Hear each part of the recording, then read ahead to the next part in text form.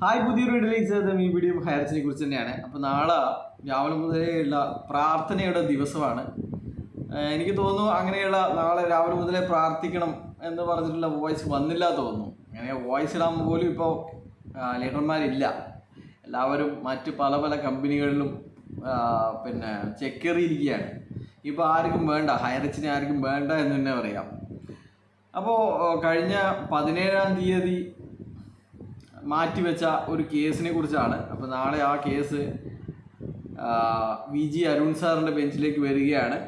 ഇപ്പോൾ അർജൻറ്റ് പെറ്റീഷനൊക്കെ കൊടുത്തിട്ട് വരുത്തിയതാണ്. അപ്പോൾ നമുക്കറിയാം, ഇത് ഷാ വക്കീൽ കൊടുത്ത കേസാണ്. അതിനിടയ്ക്ക് വക്കീലന്മാർ ഒന്ന് രണ്ടാൾ മാറിയിരിക്കുകയാണ്. അപ്പോൾ നാളെ ഇതിൻ്റെ നമ്പർ എന്ന് പറയുന്നത് ബില്ല് നമ്പറാണ് 611. സാധാരണഗതിയിൽ ഇവർ 300 വരെ വാദിക്കാൻ നിൽക്കാറില്ല. ഇതിപ്പോൾ 611 കേസിൻ്റെ നമ്പർ എന്നൊക്കെ കാണുന്നത്. സാധാരണഗതിയിൽ ഇവർക്ക് 2 മണിക്കൂറൊക്കെ വാദിക്കാൻ സമയമുണ്ടെങ്കിൽ മാത്രമേ ഇവർ വാദിക്കാറുള്ളൂ. അപ്പോൾ 611 സ്വാഭാവികമായിട്ടും വാദിക്കൂല എന്നാണ് തോന്നുന്നത്. അപ്പോൾ നാളെ ഉണ്ടാകാൻ പോകുന്ന വിധി പറയണം. നാളെ ഒന്നും തന്നെ സംഭവിക്കില്ല എന്നാണ് പറയാനുള്ളത്. ചുരുക്കി പറഞ്ഞു കഴിഞ്ഞാൽ ഒന്നും തന്നെ സംഭവിക്കില്ല. ഡീറ്റെയിൽസ് നാളെ ഈ കാര്യങ്ങൾ കഴിഞ്ഞിട്ടാകുമ്പോൾ പറയാം. നാളെ നിങ്ങൾ ആരും തന്നെ സമയം വേസ്റ്റ് ആക്കേണ്ട.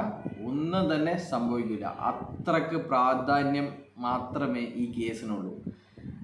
ബഡ്സ് കോടതിയിൽ സെഷൻ കോർട്ടിൽ ചാലഞ്ച് ചെയ്യാൻ, വാദിക്കാൻ ഒന്നുമില്ലാത്തവരെ ഇതുപോലെയുള്ള ഗിമിക്കുകൾ ആയിട്ട് ഹൈക്കോടതിയിൽ ചെല്ലും. ഇനി ഇത് തള്ളിയിട്ടാകുമ്പോൾ ഇത് ഒരു റിട്ട് പെറ്റീഷൻ ആണെങ്കിൽ റിട്ട് അപ്പീലുമായിട്ട് പോകും. 1 2 റിട്ട് അപ്പീലുമായിട്ട് പോകും. അങ്ങനെയുള്ള കലാപരിപാടികളാണ് ഈ കമ്പനി ചെയ്തുകൊണ്ടിരിക്കുന്നത്. അതുകൊണ്ട് തന്നെ നാളെ ഒന്നും തന്നെ ആരും തന്നെ പ്രതീക്ഷിക്കേണ്ട.